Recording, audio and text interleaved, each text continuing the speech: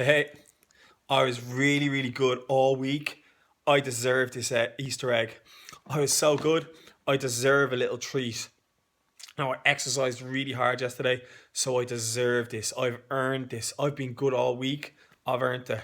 All the types of things that are going through our heads where we're actually becoming victims of our own self control success. And what is going on here is a little thing called moral licensing.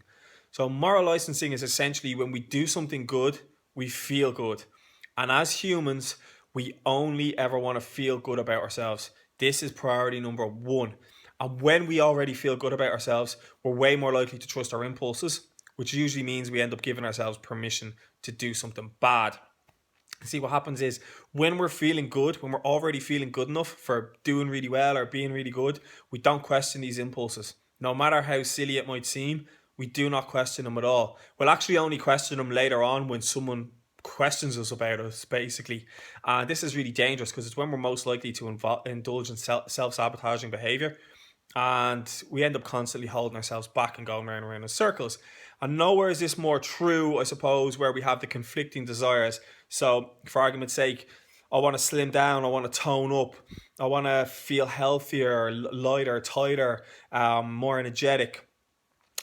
But on the other hand, I want cake, I want pizza, I want ice cream, I want donuts, I want drink, I want Easter eggs. And this is the dangerous part because um, we're very quick to view self indulgence as the best reward for good behavior. And this is when we usually end up acting against our long term goals and giving into temptation. And the worst part of this is it's not even the questionable logic, because let's be honest, the stories that we tell ourselves about this make absolutely no sense. Like, I've been really good this week, I've eaten healthy, and I've trained, I deserve a chipper. But like I said, that's not the worst part. The worst part is actually how we're acting against our best interests when we're doing it.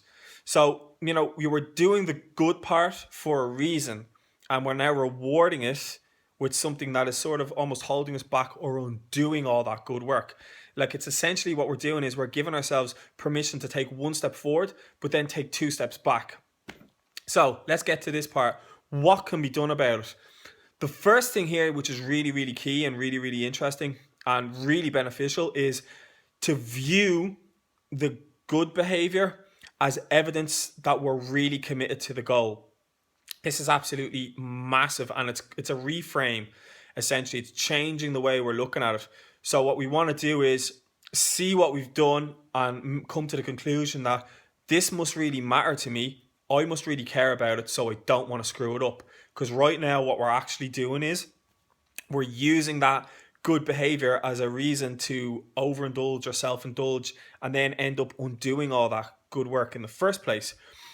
Also, the second thing that can be done is to stop always viewing things as treats and rewards.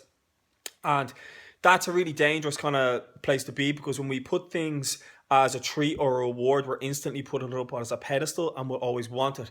And one way to really kind of easily do this is to either learn or get somebody who knows how to include things that you like as part of a plan. Because when it's included in the plan, it's no longer a treat or reward, it's just part of the day to day, part of the plan. And oh yeah, this one is massive. We have to view exercise and healthy eating as two necessary independent steps to achieving the goals. So right now what we're doing is we're viewing being good as one as giving us license to then be bad at the other. So we have to see both as necessary steps to achieving the goal. And the fourth thing, this is really similar to the first one, but it's remembering why. Why were you doing it in the first place? Why was I doing it in the first place? I was being good and trying really hard all week for a reason. What is that reason? And bring it to mind. What all these things are really simply doing is just creating a bit of awareness. And this is absolutely key. In the moment of decision, when it comes to the crunch, we have to be aware. And they're really simple steps, but they're highly effective. All right, enjoy the weekend. I am out of here to go enjoy this Easter egg because I was so good all week. See you.